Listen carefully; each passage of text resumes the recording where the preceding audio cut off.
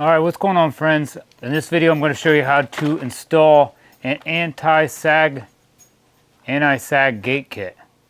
That sounds a little bit stupid, but that's what it's called. If you have a gate like this, it's sagging like mine is.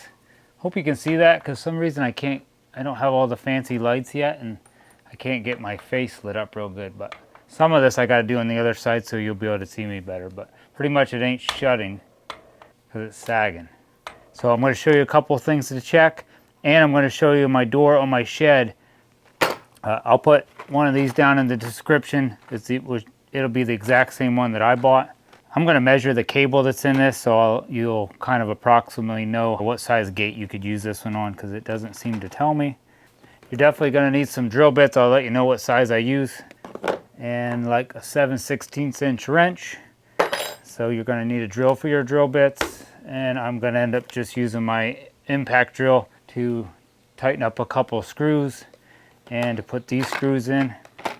So this comes with a turnbuckle, which is this piece right here, and the 7/16 will fit on that turnbuckle. It does come with some screws. It comes with this little cable and a couple little brackets. And then they're calling these little wire clamps, or some people use the bigger ones like this, will be called a cable clamp. I will tell you how you should be putting these on if you actually did have a big cable to put a cable clamp on. I had to call my dad to make sure I was doing that the correct way, because most people put them on backwards. Before I get to putting this on, let me go show you my shed door, and I'm going to show you something that you can be doing if you don't have like a gate like this. Alright, these X's that they put on these doors, like a barn door or maybe your shed door, are not only there just to try to make it look pretty, they're actually there also so your door does not sag. See, this board right here will go from, it actually goes from where my latch is at to down to my hinge, and it is a solid board from here to there. And on the, where all these boards are at, I have each one screwed into this board, like on the back side. Yeah, I can see screws here, screws there, screws there. So this board is attached to that board on each one, so that way that won't sag down. On top of that, I put another board here on an angle from down here, from this corner all the way up to the opposite corner of the door. And that is all screwed on there. That keeps that from sagging. All right, first thing I want you to check is your hinges. If your screws are all loose, like mine, make sure they're tightened up. If they seem like you cannot tighten them up, you could actually maybe take your screw out. You could get a toothpick, or you could even just maybe go get a bigger screw and put in that hole. So you could stick that toothpick in there, snap it off, and try to fill that hole in a little bit with a toothpick, or then put your screw right next to that toothpick, and that might tighten it up.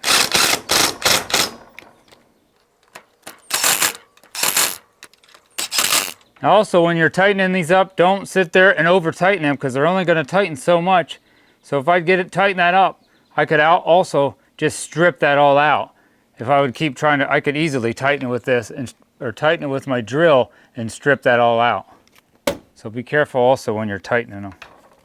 All right, so I tightened up my hinges, and my latch is still not latching right. I got to push up on it and it will latch, and it's not level. So let's go and put this anti-sag gate kit, whatever they call it, on here. All right, my cable clamps are going to take a 9/32 socket. And I did also go get something to cut the cable, because it's going to be long when I'm done, and a pencil. All right, now I'm on the other side of my gate. Now, you're going to want to put these little brackets. This side here is the side that's low, so you're going to want to put a bracket here, and then a bracket's going to go up here on this side.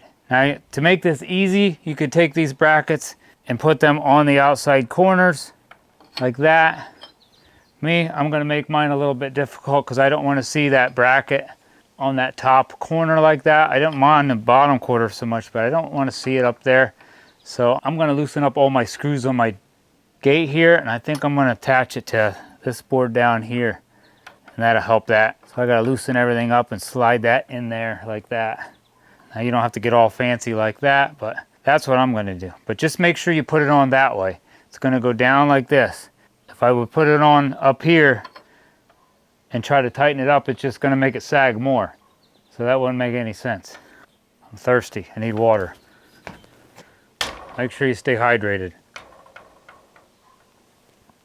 All right. So the first step, it tells you to take these little brackets and you should put this on that top corner. Mark out these little holes. You're going to open it up, mark out that hole and that hole, and then you're going to end up drilling little holes in there so you don't split your wood. All right, I got both of my brackets installed. Like I said, I was going to do mine a little different. You don't have to do what I just did because it definitely was a little harder. I had to kind of take my gate apart to get them in there.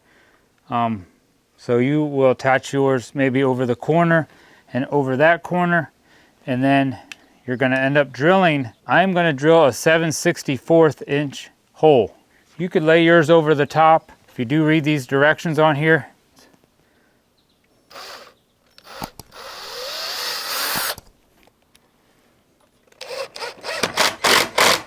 Now too, if you noticed, I ended up drilling a couple new holes in mine because I couldn't put them on where the holes were already at because my screws would have been in the way to put my gate back together.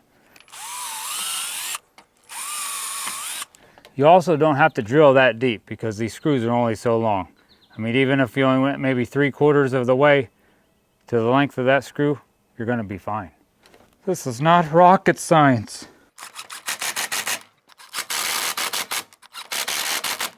Maybe I'll take my little turnbuckle and I think I'm going to hook it from the top side here. But you're going to want to loosen this up, like unscrew this one side and unscrew this other side. Oops, they're going to be backwards. One's going to have a reverse thread on it.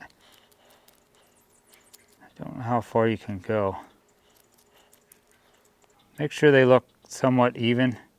Maybe you want to put your turnbuckle on before you start screwing it together. I don't think it tells you that in these stupid directions. No, it doesn't tell you that. So put this on, then screw it on. Now the fancy little wire that came with it, take this end that has the loop, and that's going to go over your turnbuckle like that. Now this end, now I can just take the other end and it's going to go down through here. And I'm going to try to do mine also before I get that put together.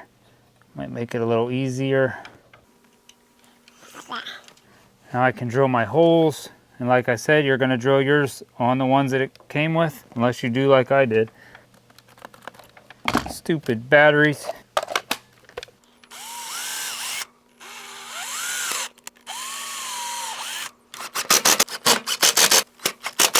Yeah, and I did measure this cable, and it looks like it would fit on maybe like, if you measured from corner to corner on an angle, I'm going to say 5 or 6 foot. I think it actually would go maybe to 7, but I think you're really pushing it with this little thin cable. I don't even know, 5 or 6 foot, maybe. Yes. See, this is like 4 foot, so yeah, I'll say maybe 5 or 6 foot at the largest. It kind of measures out like it would go to 7, but I don't know, I think that's kind of pushing it. So now we're going to put our little cable clamps on. Don't lose your little nuts. Take these all apart. I think I'm going to change this up. Doesn't really matter that much, but I think I'm going to go in the hole and out the back first, because I'll show you why. All right, I'm going to cut this a little shorter. All right, now this is the end piece right here, the end piece. And you got this piece right here. It's shaped like a little U. That piece is going to go over your end piece. So I don't know how real important that is really with this, but like if you would be putting these, what I would normally call them cable clamps over a actual cable, you would want this piece to go over the end. Not over this piece here, but over the end. So we're going to put that over the end, like that. Then you put this little piece on here, over that. Put a little nut on, another little nut on, and tighten it up. And it comes with 2, so I'm going to put the second one on. Same way. Hopefully your socket's not as thick as mine. It's kind of hard to fit that in there. And you can cut your cable off shorter. Alright.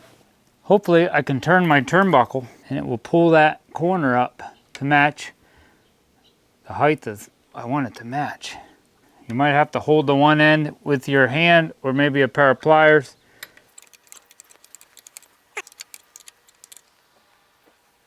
Now just be careful you don't tighten too tight. If this starts to come loose, you could go to the hardware store and buy another one, a little piece like that, or maybe even another cable clamp and put on this end, because that can slip if you start tightening it up too much. Because it looks like mine's starting to slip. So I might go to the hardware store and either buy another cable clamp or another piece like that.